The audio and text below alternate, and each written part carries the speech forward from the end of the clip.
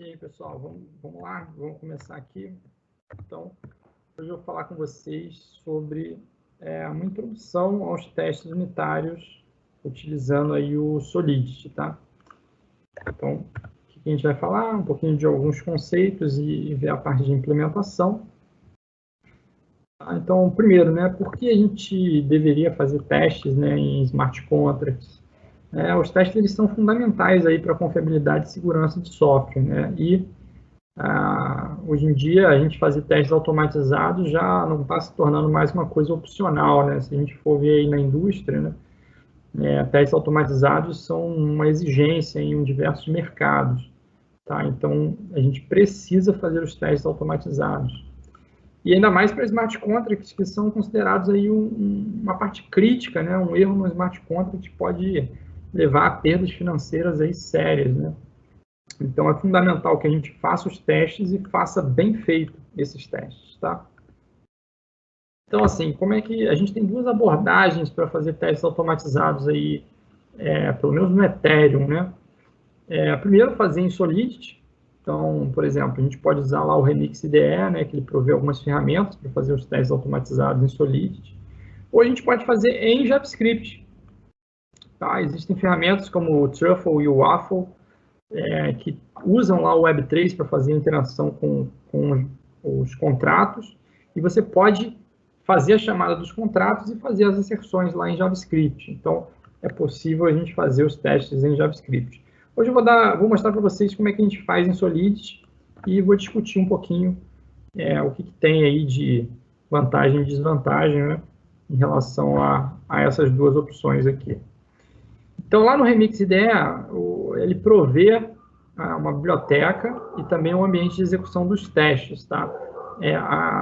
A programação dos testes unitários utilizando Solidity, ele é muito parecido na programação de testes automatizados em outras linguagens, né?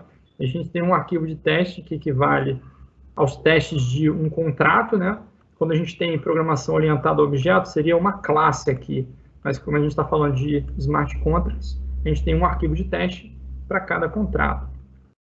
E existe aqui as funções de configuração, né?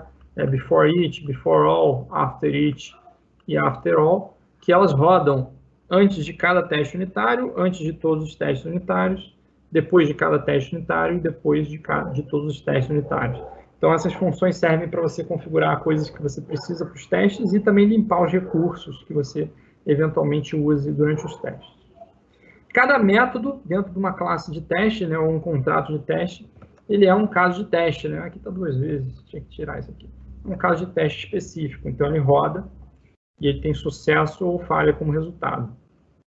E a gente tem algumas assertivas disponíveis lá no Remix, aqui tem um link para vocês darem uma olhada em que assertivas a gente tem, para verificar o resultado da execução, tá? Então, eu vou mostrar um exemplo aqui no Remix IDE para a gente poder entender. A gente pode olhar esse link aqui também.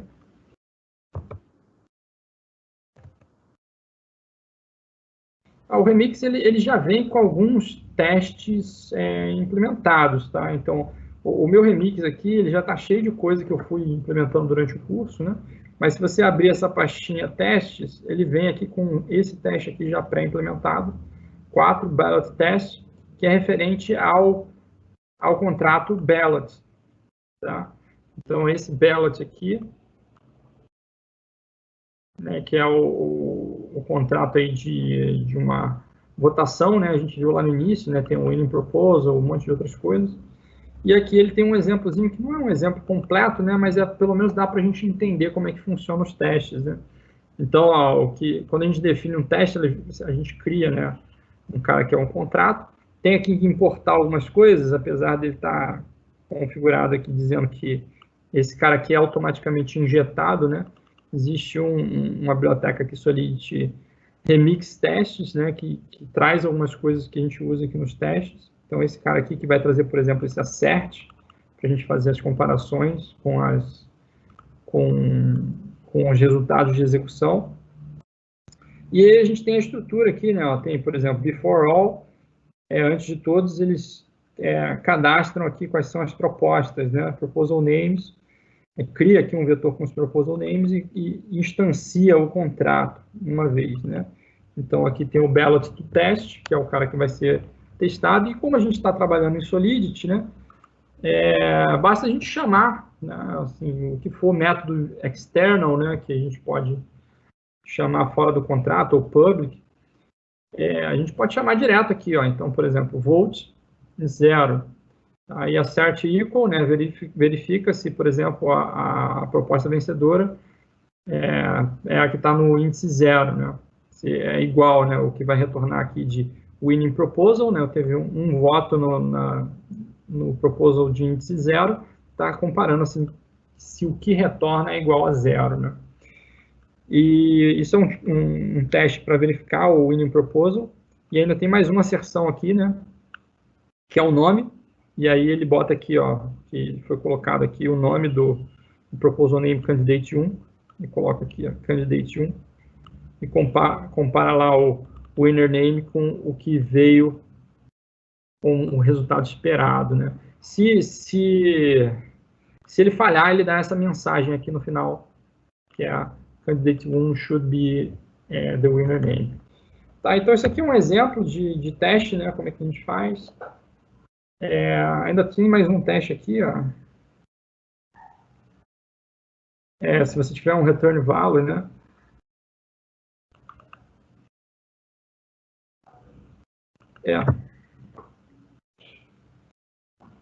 se você não quiser, né, você pode simplesmente ignorar essas assertivas e usar o retorno da função como o resultado do teste, né? Então, por exemplo, ballot test winning proposal, se for igual a 0, essa expressão lógica aqui, ela vai te retornar true. E se você retorna true numa função aqui que está num teste, ele vai identificar que esse teste foi bem sucedido. Então, se você quiser ignorar as asserções e fazer as comparações você mesmo e só retornar se foi verdade ou falso, também é possível fazer dessa forma. Repara que você tem que, para usar o contrato, você tem que importar ele, né? E como a gente está na pasta testes, né, ele tem que descer uma pastinha para poder importar esse cara aqui. Aí como é que você roda esses testes, né? Então aqui no Remix, né, tem uma abinha aqui embaixo, ó, Unit Test. Ele vai reconhecer aqui o que tem já como teste unitário. Eu já tinha criado outros arquivos aqui, eu vou desmarcar e vou rodar só o ballot. Ó. Vamos rodar aqui para ver.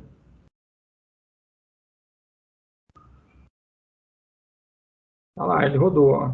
Ballot test, check winning proposal, check no winning proposal with return value. Os dois aqui foram verdadeiros, né? Vamos fazer aqui acontecer um erro no teste, só para a gente ver aqui, né? Vamos botar esse cara aqui igual a 1, né? O teste aqui está errado, mas eu só quero ver ele falhar. Tá?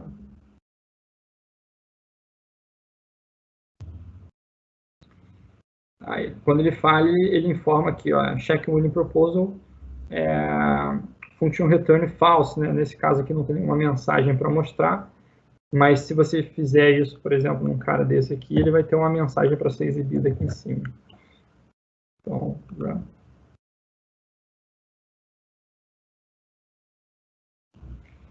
Olha lá, está aqui a minha mensagem de erro falando que check winning proposal at index 0 should be the winning proposal. Tá, então, aqui o cara que falhou, né? Beleza, isso aqui é só para a gente ver como é que roda, né? Agora, e se eu tiver um teste, né? E se eu tiver um contrato e quiser fazer o meu próprio teste, né? Aqui tem algumas facilidades no Remix, né? Que é, por exemplo, você gerar um stub de teste, né?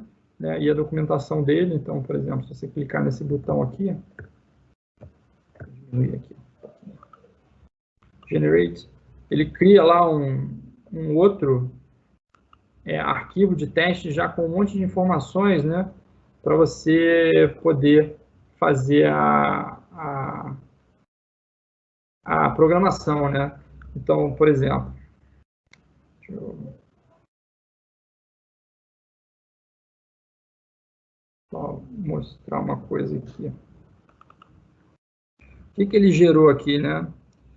Ó, file name has the end underscore test, tá? Que ele está fazendo uma test suite para o cara que você tá trabalhando aqui, né? No caso era o ballot, né? E aí ele te dá alguns exemplos, né, que é você ter aqui como é que você checa sucesso, né, com a set equal e a set not equal, entre outras coisas, né, para facilitar a sua vida. Então, deixa eu ver se eu consigo. Vou pegar um outro contrato aqui. Eu estava usando esse notas aqui.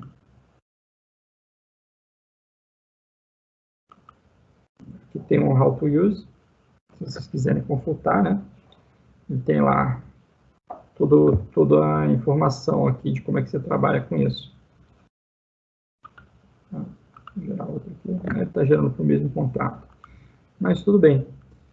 Tá, e aí o que acontece, né? Ele tem outras informações aqui, né? Por exemplo, você pode testar o sender, o value, tá? De mensagens, por exemplo, quando a gente está trabalhando com payable, né? Isso aí é tudo plenamente possível.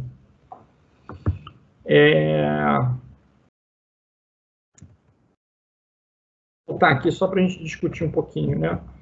Então, olha só, é possível a gente fazer os testes automatizados em Solidity, né? Mostrei ali como é que a gente faz usando a infraestrutura que é muito parecida com o que a gente tem em outras linguagens de programação, como, por exemplo, Java.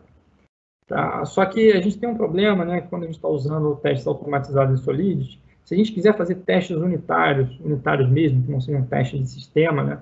Então, imagina que eu tenho um contrato chamando um outro contrato. Né? Os testes unitários, você teria que mocar o segundo contrato que está sendo chamado para você, efetivamente, só testar uma unidade em isolamento. Tá? E quando a gente está trabalhando com Solidity, a gente tem uma certa dificuldade para gerar esses mocks dinâmicos. Então, você acaba tendo que fazer testes que são sempre testes de sistema, tá? E isso pode gerar problemas para vocês. Tá? Então, muitas das vezes, as empresas ou os desenvolvedores, eles identificam isso como uma dificuldade, tá? E a gente não tem bibliotecas assim, fartas em Solidity para a gente fazer esse tipo de coisa. Inclusive, eu acho que deve ter alguma dificuldade para ser feito isso, porque eu procurei aqui e não achei bibliotecas para a gente fazer mocks dinâmicos em Solidity. Tá? O que eu vi foi o pessoal criando mock na mão. Tá? Você cria um contrato para representar o que você quer, que não é bem o que é um mock, né? Seria um driver ou um stub, e aí você usa esse contrato criado para você substituir o que você quer, né?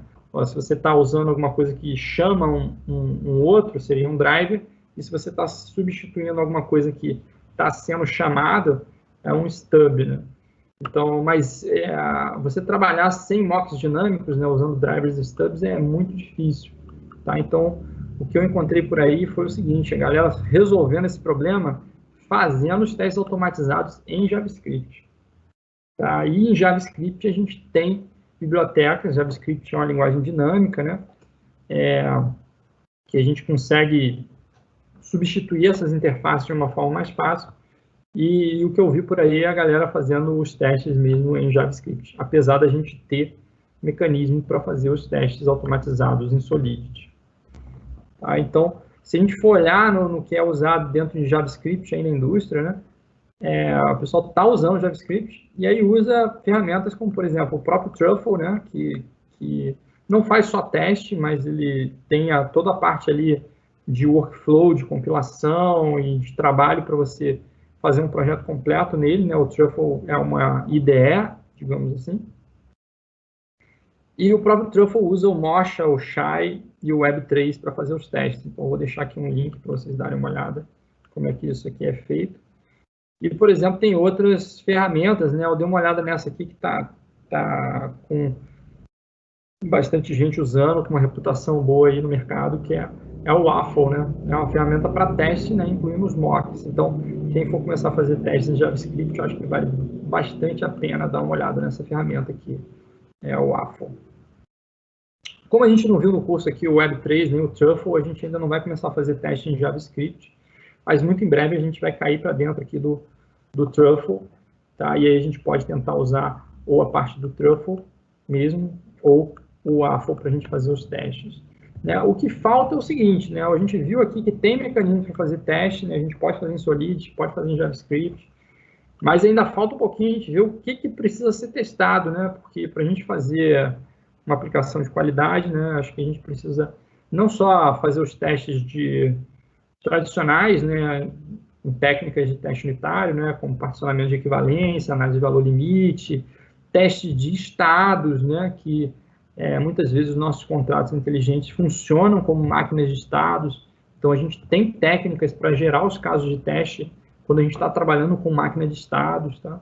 Isso tudo pode ajudar a gente pensar e fazer os testes bem feitos para os smart contracts. Tá? Mas, além disso, né, existem alguns problemas técnicos dentro dos smart contracts, que são vulnerabilidades, problemas que são conhecidos, né, e que eu acho que vale a pena a gente dar uma olhadinha. Então, eu vou trazer isso para vocês aí na próxima aula, para a gente poder fechar essa parte aqui, e pelo menos a gente olhar o que são esses problemas em que a gente precisa resolver eles, ou testar eles, né, garantir que não aconteça nos nossos contratos, para a gente efetivamente depois partir para o desenvolvimento das aplicações descentralizadas. Tá bom? É isso aí. Obrigado.